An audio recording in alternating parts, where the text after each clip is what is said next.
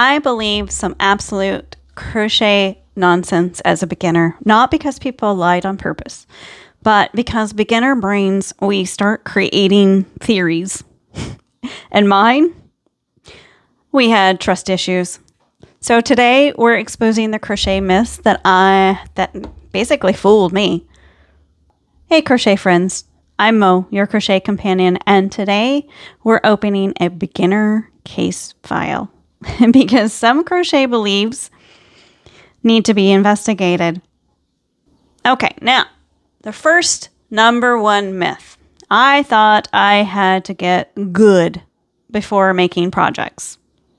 Lies, all propaganda lies, because projects are where the hands start learning. Nobody becomes confident by practicing chains forever. All right, myth number 2. I thought everybody else crocheted faster than me. Also, lies.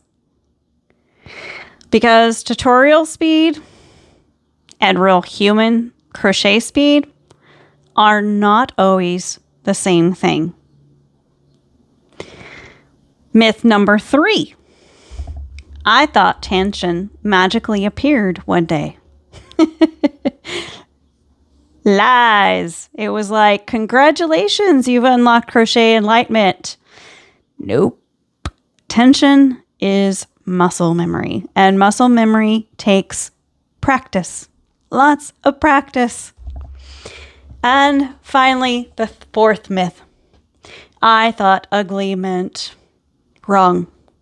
Now listen, every project, it definitely goes through an awkward phase. Tiny blanket, suspicious rectangle, maybe an octagon where it was supposed to be square. You know, we have questionable noodle phase. But trust the process. Eventually, you'll get it.